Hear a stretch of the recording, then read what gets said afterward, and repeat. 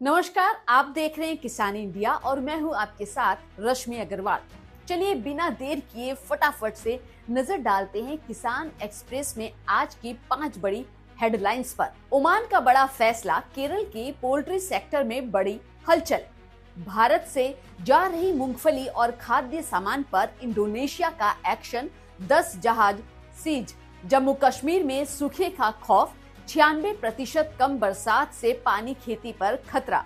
असम के गांवों को विकास की सौगात, केंद्र ने जारी किए 213.9 करोड़ रुपए।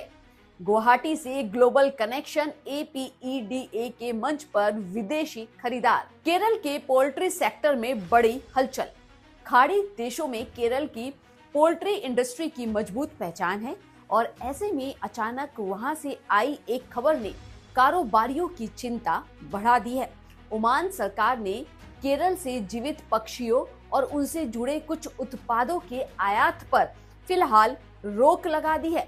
यह फैसला भले ही अचानक लगे, लेकिन ओमान सरकार का कहना है कि इसका मकसद केवल और केवल स्वास्थ्य सुरक्षा है।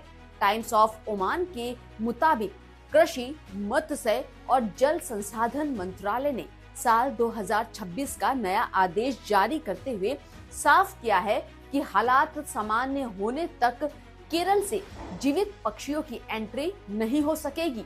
सरकार का मानना है कि पशुओं से फैलने वाली बीमारियों के खतरे को नजरअंदाज नहीं किया जा सकता।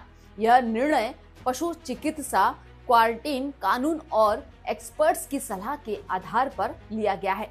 इस प्रतिबंध में कुछ कच्चे उत्पाद और उप उत्पाद भी शामिल है, जिनमें संक्रमण की आशंका हो सकती है। हालांकि पूरी तरह प्रोसेस और हीट ट्रीटेड उत्पादों का राहत दी गई है। केरल के लिए यह झटका जरूर है, लेकिन जानकारों का कहना है कि हालात सुधरते ही यह रोक हटाई जा सकती है। खाद्य सामान पर इंडोनेशिया का एक्शन। इंडोनेशिया से आई यह खबर भारत के खाद्य निर्यात से जुड़े लोगों के लिए बड़ा झटका मानी जा रही है। वहां की सरकार ने भारत से अवैध तरीके से पहुंच रहे खाद्य सामान पर सख्त कार्रवाई शुरू कर दी है। खास तौर पर मूंगफली को लेकर बड़ा एक्शन सामने आया है।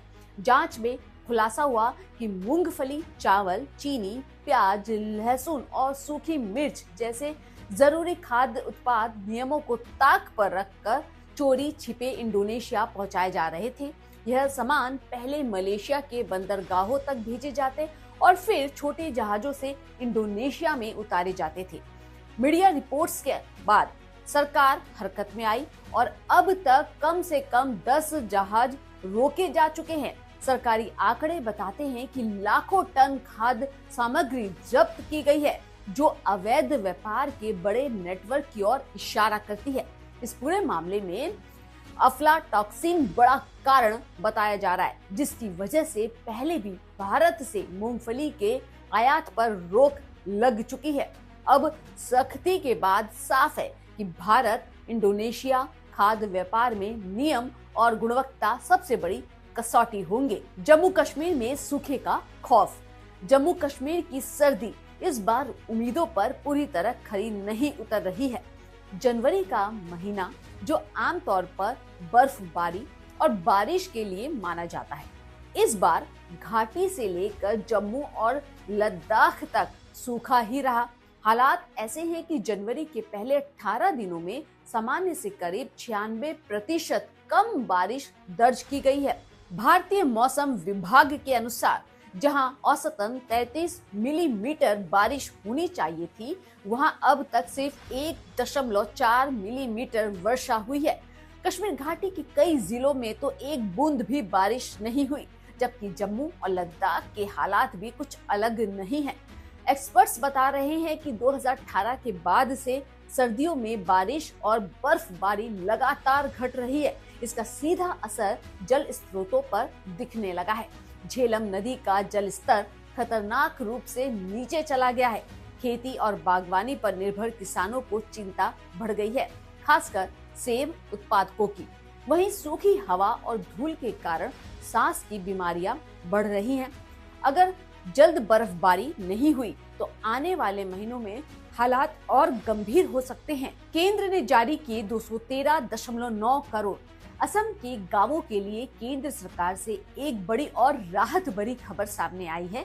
ग्रामीण विकास को रफ्तार देने के मकसद से केंद्र सरकार ने 15वें वित्त आयोग के तहत असम को 213.9 करोड़ रुपए जारी कर दिए हैं। यह राशि वित्तीय वर्ष 2025-26 के लिए अनटाइड ग्रांट की पहली किस्त के रूप में दी गई है।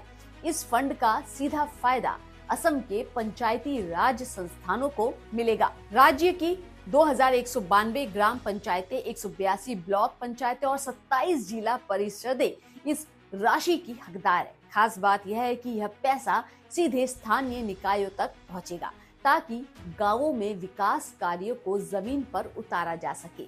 अनटाइड ग्रांट होने की वजह से पंचायतें इस धन का इस्तेमाल अपने क्षेत्र के तत्काल और जरूरी जरूरतों के अनुसार कर सकेंगी।